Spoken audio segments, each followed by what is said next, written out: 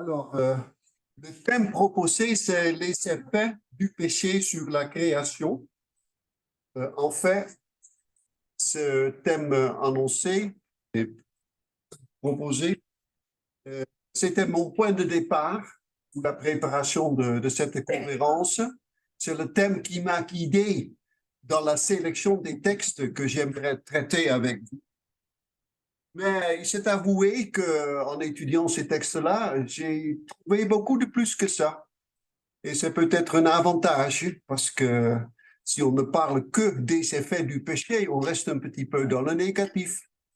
Mais si on étudie bien ces textes dont je vais parler tout de suite, ça va aussi nous apporter quelque chose, disons, de plus positif sur notre thème, le thème de ce carrefour, prendre soin de la création.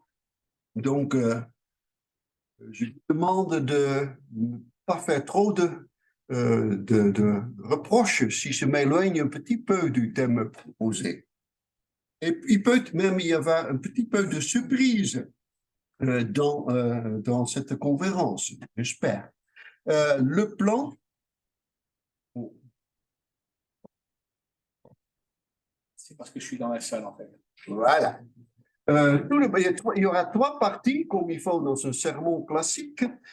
Trois parties. D'abord, je vais parler de quelques paroles de Dieu adressées à Noé après le déluge, en Genèse 9.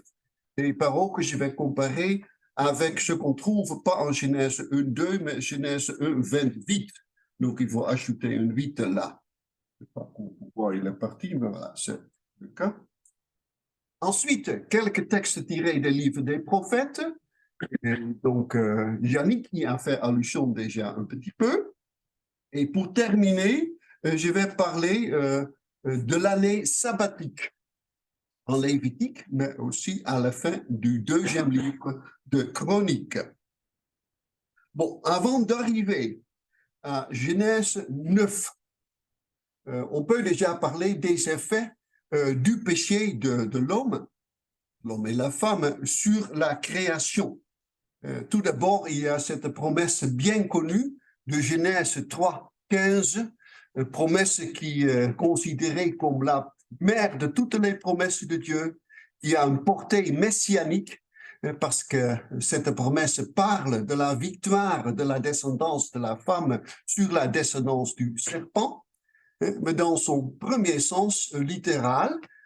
Il parle aussi, Dieu commence à parler de hostilité entre le serpent et la femme, et entre la descendance du serpent et la descendance du femme. Et je crois que, mis à part le sens spirituel, messianique, il peut aussi y avoir un élément littéral, que c'est que les rapports entre les êtres humains, pas seulement les femmes, mais aussi les hommes et les serpents, ne sont pas toujours les plus favorables. Mais ça, je laisse ça à côté, mais je ne voulais pas sauter entièrement. Bien sûr, ce qui est très bien connu, c'est qu'après la chute d'Adam et d'Ève, le sol est maudit de Dieu et le sol ne produira plus tout simplement et sans interruption de bons produits, mais aussi, et parfois même plus, de ronces et des jardins. Donc, c'est par une mesure, par une malédiction prononcée par Dieu suite à notre péché, qui est un changement d'un effet négatif, pour ainsi dire, sur la création et sur ce qu'elle produise pour l'homme. Et bien sûr, ça c'est le plus important dans cette partie de Genèse, après plusieurs siècles de péché et de violence par les hommes, infidélité, révolte contre Dieu, il y a le déluge dans lequel tous les animaux sur la terre, les poissons, et tous les oiseaux expirent, sauf ces quelques exemplaires sauvés avec Noé et sa famille dans l'arche. Alors, après ça, j'arrive au premier texte dont je veux parler un peu plus en détail. Ici, en Genèse 9, dans le texte projeté sur l'écran, les trois premier verset de Genèse 9, on est après le déluge. Et dans ce texte-là, on peut voir qu'après le déluge, Dieu dit quelque chose à Noé qui fait référence, qui se rapporte à un certain changement dans les rapports entre les hommes et les animaux. Nos rapports avec les animaux sont touchés par ces mesures de Dieu qu'il a voulu prendre après le déluge. Et on peut, voilà, on peut voir qu'il y a trois éléments dans ce texte-ci. Tout d'abord, il y a une bénédiction au verset 1. Dieu bénit Noé et ses fils, il leur dit, soyez féconds, etc. Deuxième verset, vous les hommes, vous serez un sujet de crainte et d'effroi pour tout animal de la terre. Ils sont livrés entre vos mains. Ça, c'est le deuxième élément. Et le troisième, c'est que tout ce qui se meut, qui a vie, vous servira de nourriture. Je vous donne tout cela comme l'herbe verte. Pas seulement l'herbe verte, mais aussi les animaux, donc de la viande. Donc là, il y a quelques différences par rapport à ce que Dieu a dit en Genèse 1. Je vais vous montrer. Il y a une correspondance au début. Comme Dieu a béni les hommes en Genèse 1, 28, il bénit maintenant Noé et ses fils. Et il répète ce qu'il a dit en Genèse 28. Il dit de nouveau, soyez féconds, multipliez, remplissez la terre. Donc Dieu n'a pas abandonné son projet initial pour le monde, pour la création, et pour les hommes en particulier. Il veut toujours que nous, les hommes, nous vivions en bonheur sous sa bénédiction. Il veut toujours atteindre son but initial. C'est pourquoi il répète les mêmes bénédictions qu'au début. Par ailleurs, le thème de la bénédiction est très important dans le livre de Genèse. Je vous rappelle tout simplement la lutte entre entre les deux fils de Jacob, mais aussi d'autres passages qui parlent de la bénédiction. Donc, en Genèse 1, Dieu a dit aux hommes, assujettissez-la. Et là, ça fait donc référence à la terre. Il faut donc que l'homme pourra ou devra assujettir. C'est pas seulement l'hollandais qui est difficile à prononcer.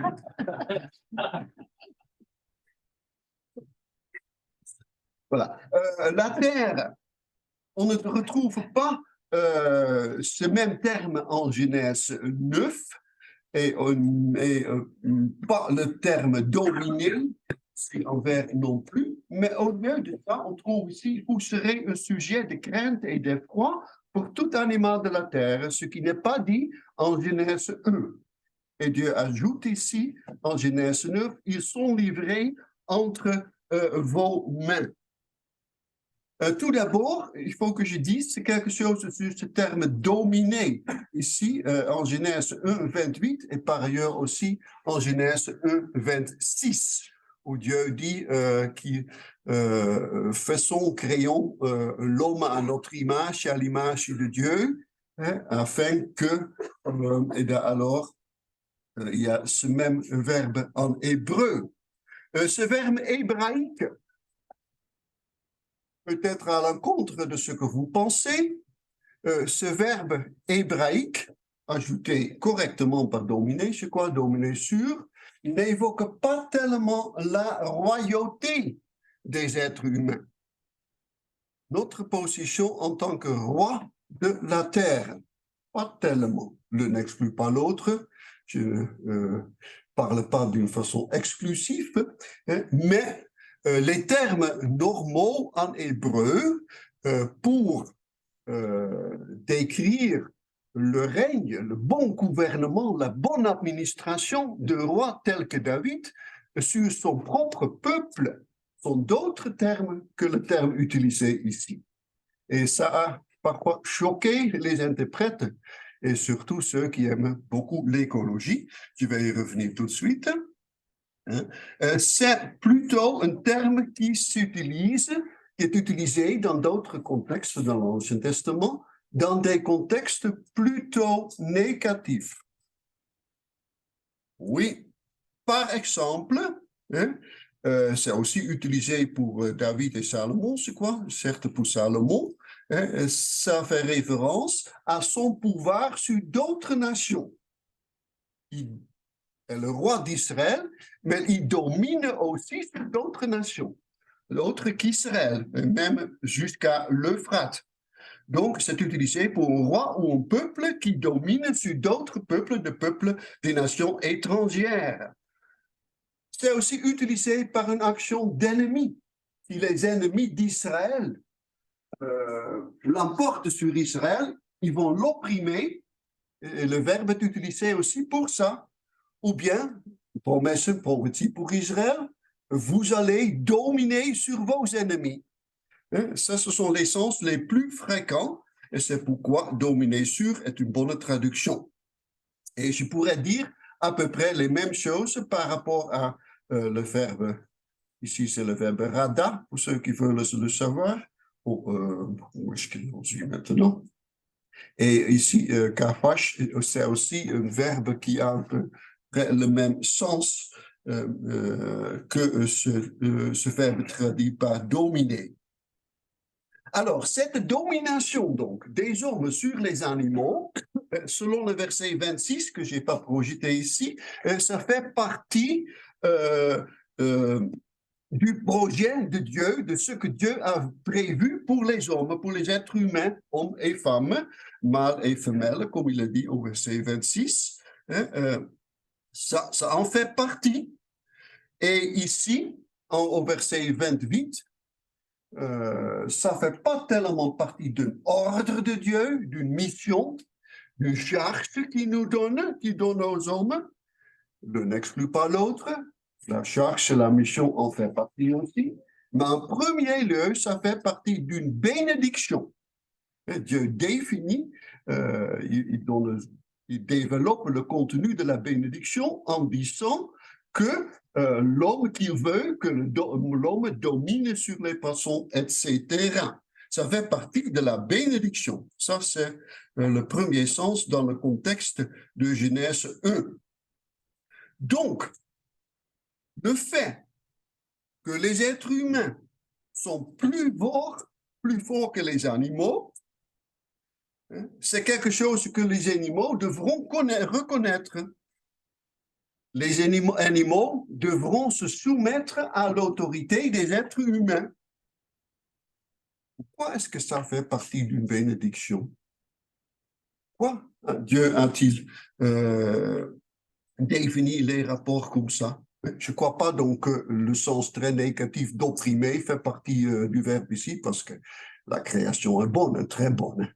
Oppression ne fait pas partie de la bonne création, mais quand même, le verbe exprime l'idée que les êtres humains, les hommes, seront plus forts, auront plus de pouvoir que les animaux, et que les animaux devront reconnaître cela, et qu'ils devront se soumettre à l'autorité des êtres humains. Pourquoi ça? On peut en comprendre le sens si on se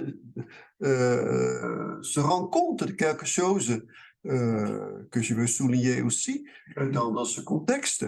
La création était bonne, très bonne. Mais ça ne veut pas dire que tous les éléments de la création étaient bons dans ce sens absolu. Mis à part du reste, il y a les ténèbres.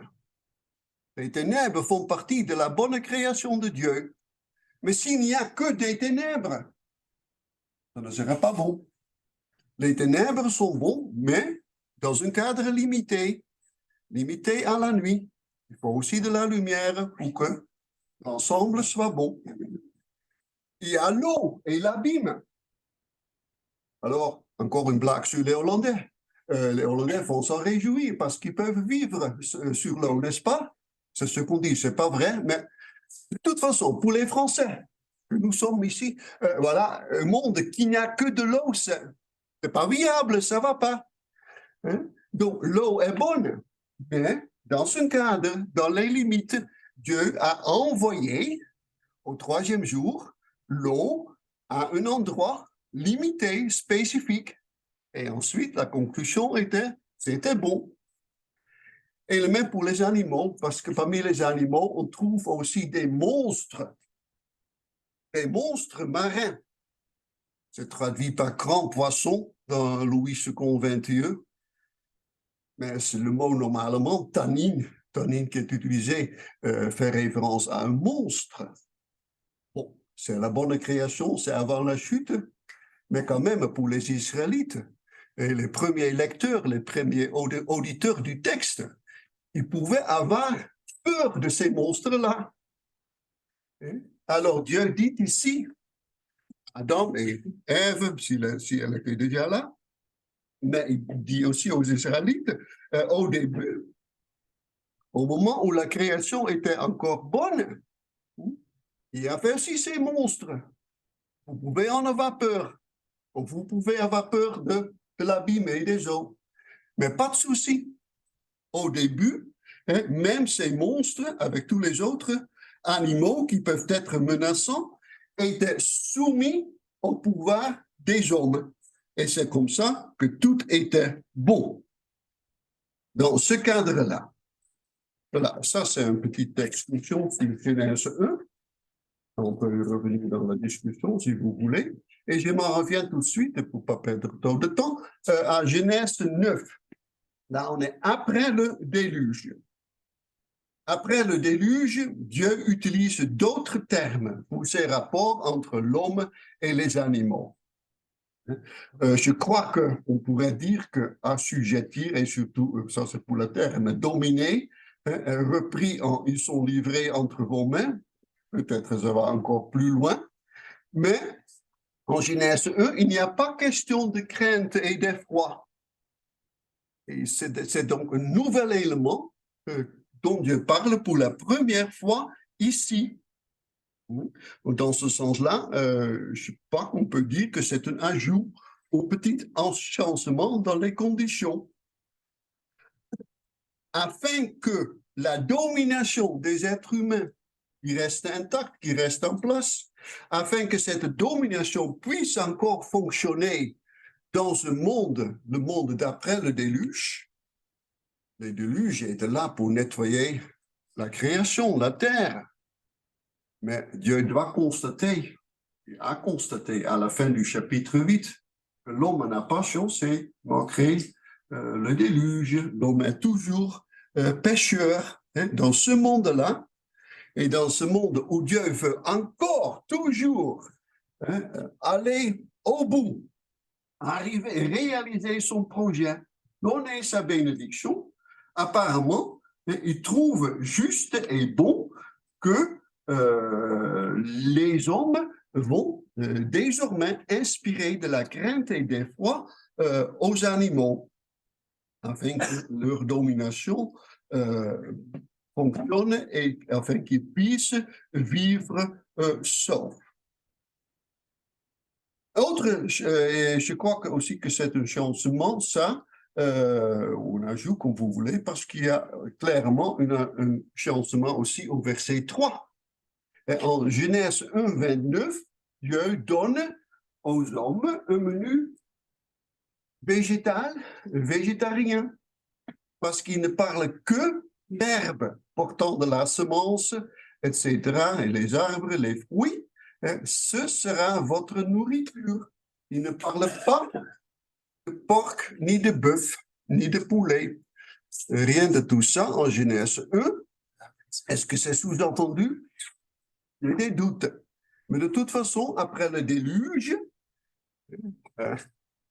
bonheur pour les bouchers, tout ce qui se meurt et qui a vie, vous servira de nourriture. Et je vous donne tout cela comme l'herbe verte. Donc, Dieu nous donne là, à Noé et ses fils, et aussi à nous, le droit de nous servir des animaux comme notre nourriture. Alors, je m'arrête pour un petit moment. Est-ce que tout cela n'est pas catastrophique? Désastreux.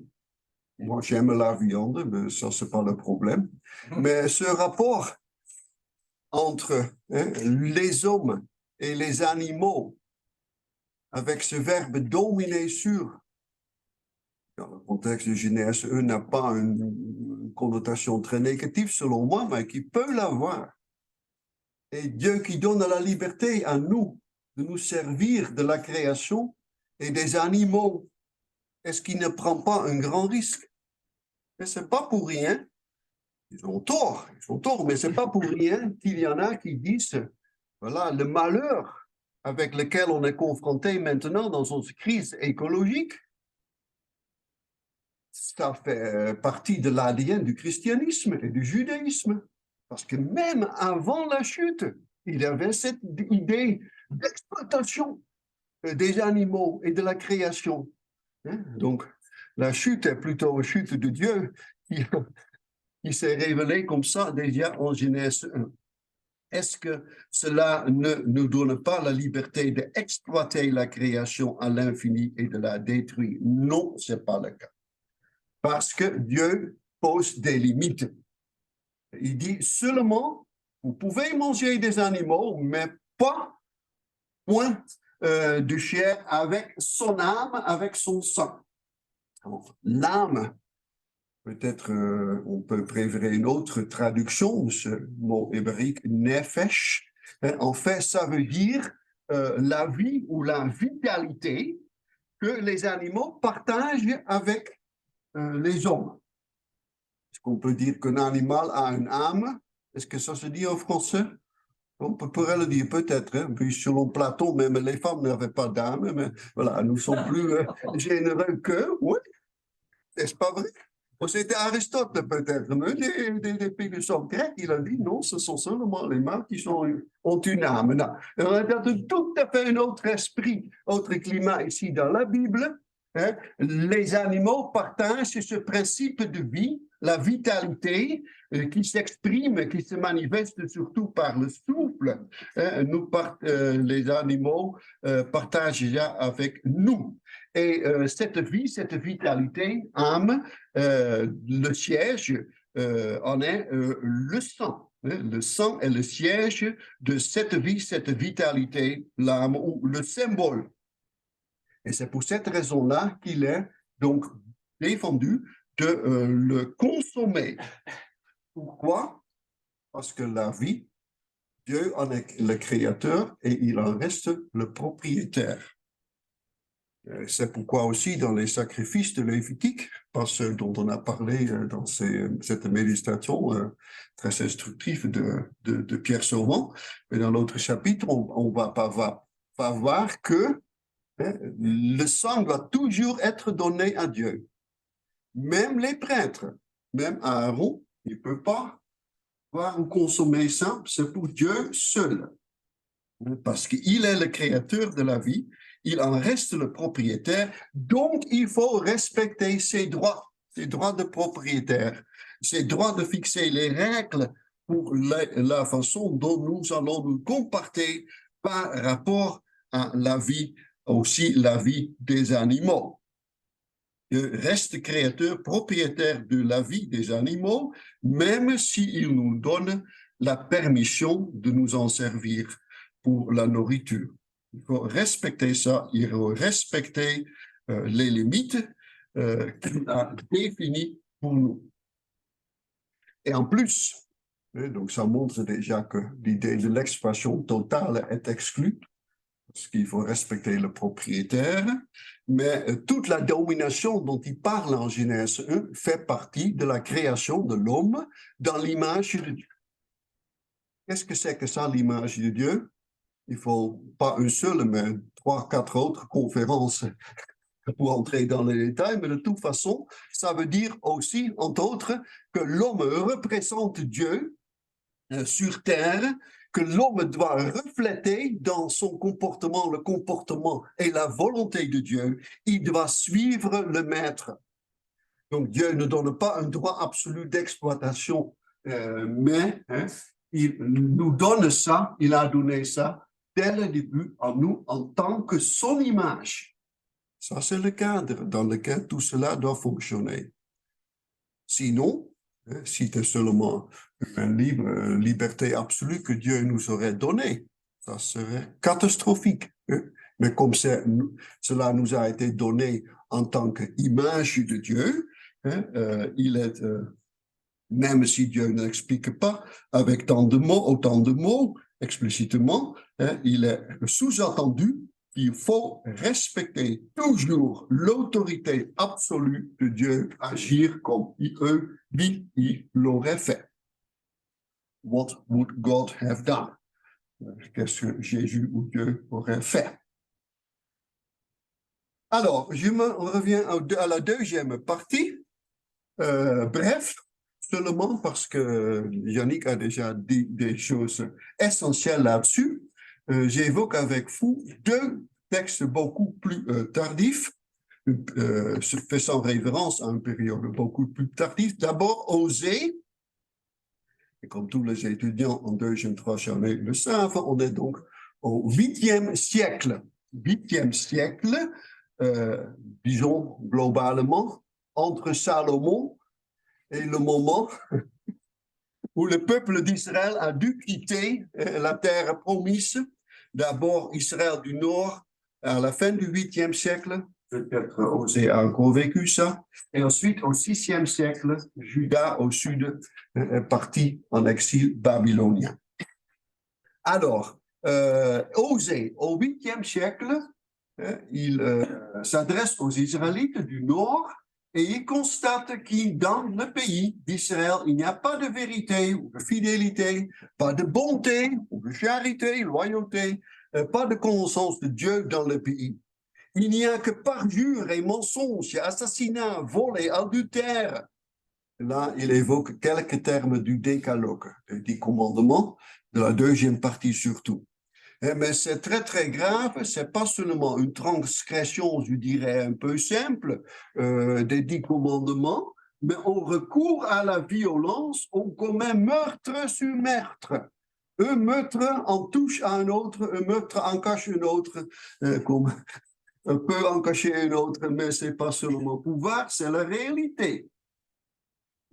En Israël, et la conséquence en est que le pays sera dans le deuil, tous ceux qui l'habitent seront abattus, de même que les bêtes sauvages, les oiseaux du ciel, même les poissons de la mer disparaîtront. La traduction à un futur, on peut aussi traduire au présent. C'est à débattre, c'est très difficile à trancher la question, l'un n'exclut pas l'autre, mais ce qui est absolument clair, c'est que c'est certain ce qui est décrit ici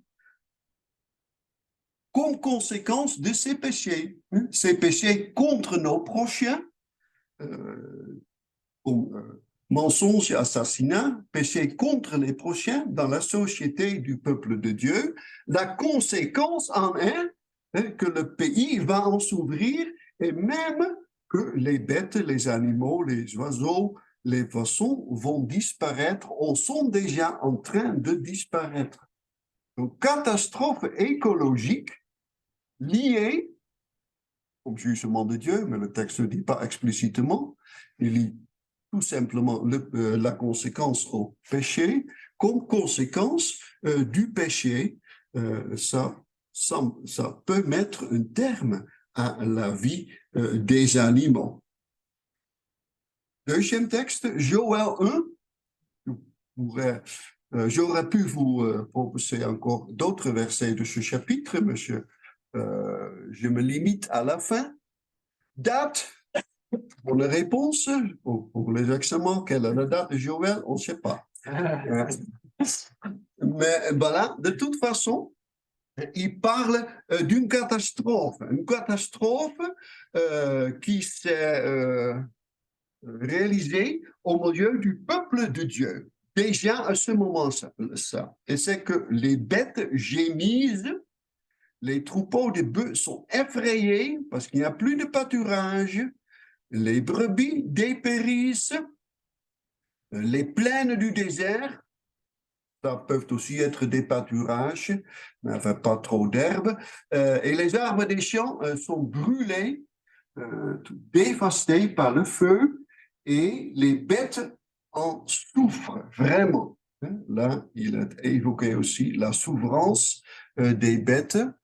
Très clairement, les bêtes sauvages crient aussi vers toi, parce qu'ils n'ont rien à voir.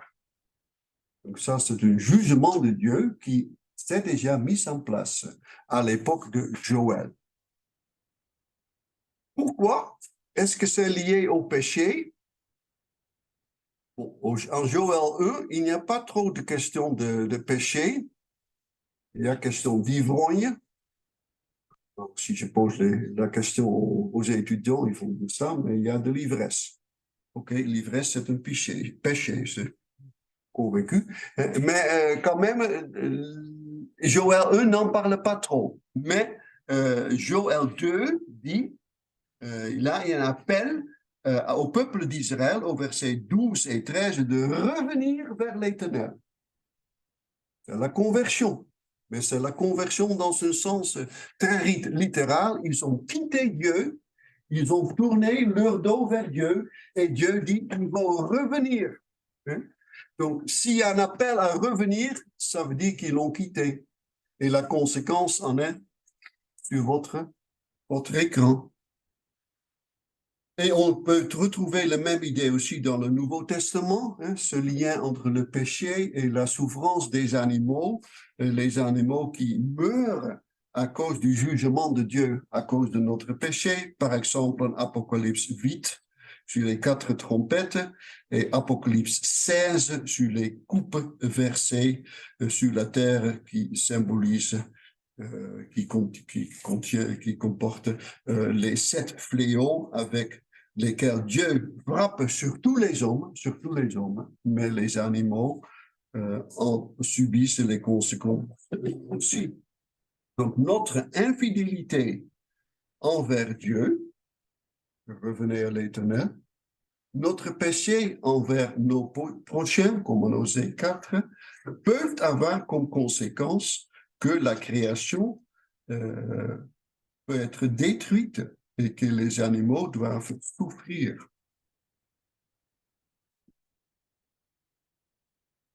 Troisième partie, l'année sabbatique. 2 Chroniques 36, 21 nous amène vers le 6e siècle, à l'époque où Juda, le peuple de Dieu du sud du pays de Canaan, a dû quitter le pays pour aller en exil en Babylone. Et Chronique dit que par ce jugement de Dieu, suite auquel presque tous ont dû quitter la terre promise pendant 70 ans, comme Jérémie l'a fait annoncer, ça s'est accompli, et c'était pour jusqu'à ce que le pays ait compensé ses sabbats. Il y aura une période où le pays il y avait une période dans laquelle le pays était dévasté pendant 70 ans, et ça faisait partie du jugement de Dieu sur les péchés de son peuple. Mais cette période où le pays était dévasté et pouvait se reposer, Chronique en dit, c'était pour compenser ses sabbats. Qu'est-ce que c'est que ça? On va parce que ça nous renvoie aux prescriptions dans le Pentateuque, le livre de Moïse, sur l'année sabbatique. Voici le premier exemple, Exode 23, qui Moïse, Dieu, par la bouche de Moïse, dit aux Israélites que chaque 7e année, ils doivent donner du relâche à la terre, au sol. Et donc, après 6 ans de culture de leur champ, il doit y avoir une année dans laquelle ils ne cultivent pas le sol, la terre, mais le laissent tranquille. Et pourquoi ça? Le premier but, c'est que ça sera au profit des pauvres. Les pauvres de ton peuple en jouiront. Hein? Le paysan n'est pas là, il ne fait pas de récolte, mais les pauvres peuvent encore entrer dans les champs pour récolter ce qui se pousse sans culture habituelle. Et les bêtes sauvages aussi pourront en profiter. Et le même pour les vignes et pour les oliviers. Donc ça, c'est le premier but, hein, c'est le bon soin de Dieu pour les pauvres et pour les animaux. Ça, c'est la première raison pourquoi le peuple doit faire cela. Mais il y a plus que ça. Parce que je ne vous ai pas montré les versets précédents, 6 à 9, mais si vous lisez ça, vous allez voir que là, Dieu donne des commandements dans lesquels il avertit le peuple, il interdit au peuple d'opprimer les pauvres, les faibles, les étrangers. Ça, c'est le contexte. Les esclaves, de versets 6 à 9. Et ça va revenir au verset 12, le sabbat hebdomadaire, le sabbat hebdomadaire, donc pas cette année sabbatique, une fois par 7 ans, mais le sabbat chaque semaine hebdomadaire, tu te reposeras afin que ton bœuf et ton âne aient du repos. Donc le sabbat est là pour donner du repos au bétail, afin que le fils de ton esclave et l'étranger reprennent leur souffle. Donc c'est aussi un profit des esclaves et des étrangers. Et comme, je ne dis pas que c'est un chiasme, parce qu'il n'y en a pas trop. Et comme c'est un nouveau mouvement dans notre discipline, c'est le chiasmo-déconstructivisme. Je vous annonce la naissance du chiasmo-déconstructivisme, et si tu veux me rejoindre, voilà, tu es le bienvenu. Tout un programme d'études et de recherche, mais ici, voilà, au centre de ces textes-là, il y a ces prescriptions sur l'année sabbatique. Et ça met en quelque sorte la terre, le sol, au même niveau que les esclaves, les faibles, etc., qui doivent avoir leur repos. Le même pour la terre, pour le sol, on ne peut pas l'exploiter à l'infini, on ne peut pas l'épuiser. On ne peut pas faire ça avec les esclaves, avec les bétails qui ont besoin de leur repos, ainsi aussi le sol, la terre. Et ça va donc revenir plus tard en Lévitique 25. Là, il y a explicitement, à la différence de Exode 23, ces mêmes termes qu'on utilise, ces mêmes verbes qu'on utilise normalement pour le sabbat. Il y aura donc aussi un sabbat, période de repos pour la terre, juste de même que pour les hommes et pour les animaux. La terre doit avoir son sabbat en l'honneur de l'Éternel. Pardon. En l'honneur de l'Éternel, ça veut dire pour l'Éternel, pour le servir, pour l'honorer, pour faire quelque chose qui lui plaît. C'est pour lui que les Israélites doivent faire ça. Donc, c'est pour donner un sabbat de repos à la terre, mais c'est, en fin de compte, c'est surtout tout cela est pour l'Éternel, en son honneur. Comment est-ce que ça marche? Peut-être on peut le voir un petit peu dans la suite, parce que là, Moïse dit aussi que pendant cette période, toute une année, dans laquelle les agricultures ne peuvent pas labourer. Moi, je suis d'une famille de paysans, aussi des paysans qui sont depuis la Deuxième Guerre mondiale en France, aiment beaucoup faire la culture, toute une colonie d'Hollandais qui font ça au centre de la France. Mais c'est très dur pour eux de se reposer en temps de récolte. Impossible. Et voilà, si on demande, mais pourquoi est-ce que tu travailles trop? Oui, mais il faut que le monde mange. C'est une bonne excuse, une bonne raison. Peut-être c'est plus que ça, je n'entre pas dans les détails. Mais de toute façon, laisser le travail pendant toute une année et attendre ce qui pousse sans les soins humains, ça demande beaucoup de confiance. Et le même pour le sabbat hebdomadaire. Pas faire des études un jour par semaine. Juste avant les examens. Ça demande, voilà, une bonne planification, bien sûr, mon planning, mais aussi un peu de confiance. Et donc, le sabbat hebdomadaire, ainsi que ce sabbat une fois par 7 ans, hein, on ne peut pas utiliser les chiens. Hein, et, on n'a pas le droit de l'épuiser. Il faut le laisser tranquille une fois par 7 ans. Hein, parce que ce n'est pas quelque chose qui nous appartient à nous, hein, ça appartient à Dieu.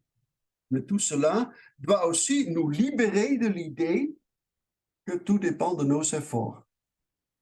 Il faut avoir confiance dans les bons soins de Dieu.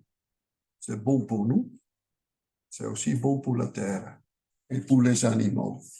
Donc, on honore Dieu aussi par ce témoignage, ce signe de notre confiance.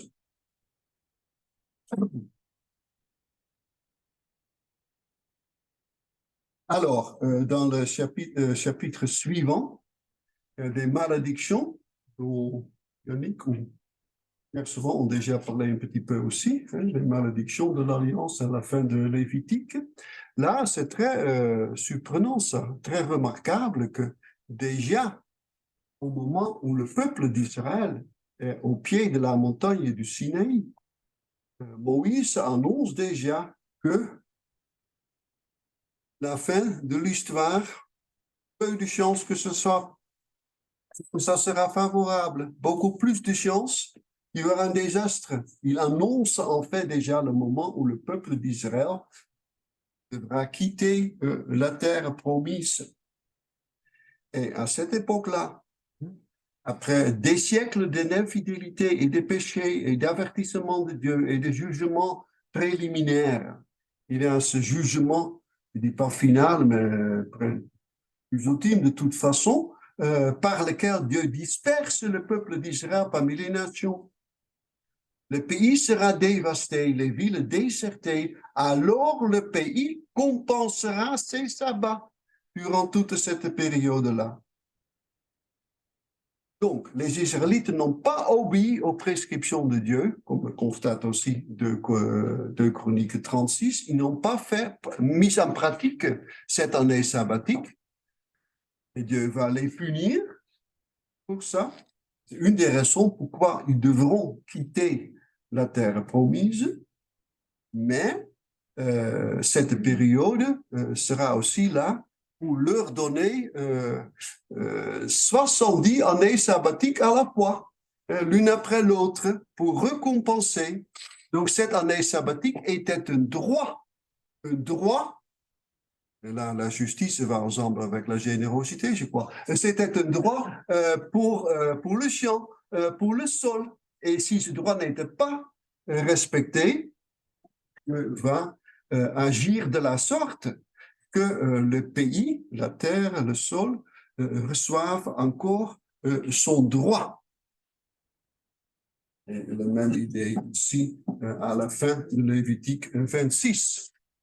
J'arrive maintenant à des conclusions que je peux les retrouver. Voilà. Bon, l'idée derrière tout cela, c'était bien sûr que la terre promise, le pays de Canaan, Dieu l'a donné au peuple d'Israël, mais il en restait lui-même le propriétaire. Le peuple pouvait y habiter, pouvait l'utiliser, en profiter, mais en fin de compte, Dieu est toujours resté le propriétaire de cette terre-là, de ce pays. Ce n'était pas le propriété à eux, une propriété qu'ils pouvaient utiliser à leur gré et même épuiser s'ils voulaient. Non, il fallait respecter les droits du propriétaire, du créateur qui avait voulu donner ce pays à ce peuple. Peut-être il y a des Juifs, des descendants d'Abraham dans cette salle-là, ça me réjouirait, mais la majorité ici de notre descendance compte. On n'habite pas la Palestine, on est en France. Mais je crois que ce qui s'appliquait au peuple de Dieu dans la terre promise, et même la terre promise restait la propriété de Dieu, ça s'applique aussi à nous tous. Il y a un principe qui est toujours valide. Notre terre, la création, ne nous appartient pas. Nous pouvons l'utiliser, mais ça reste la propriété de Dieu. Nous pouvons l'utiliser, mais nous ne pouvons pas l'épuiser et certes pas le détruire. Donc là, s'il y a une espèce d'animal qui disparaît, je crois qu'il y a un problème parce qu'on détruit une partie de la création de Dieu. Réflexion, peut-être on peut y revenir, mais de toute façon, le principe est très clair, même si ça reste un peu abstrait, je m'en excuse,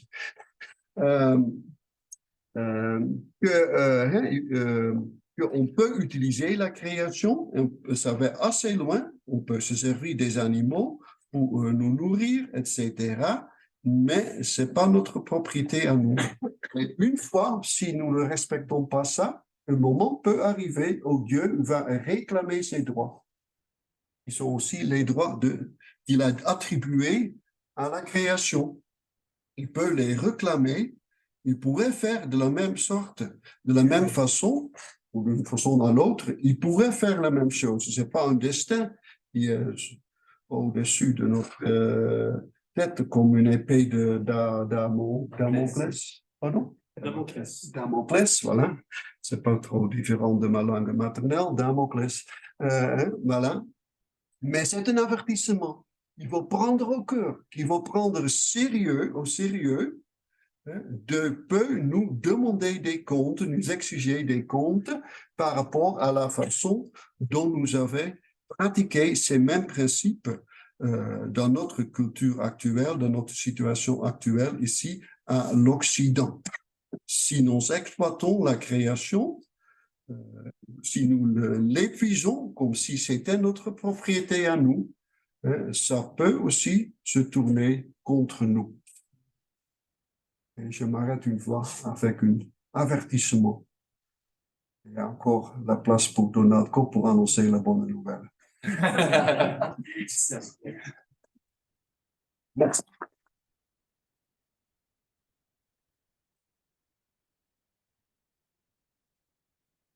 Merci Rert. Alors, 2 minutes une fois, le temps d'installer le PowerPoint de Donald et le reprendre. Ouais.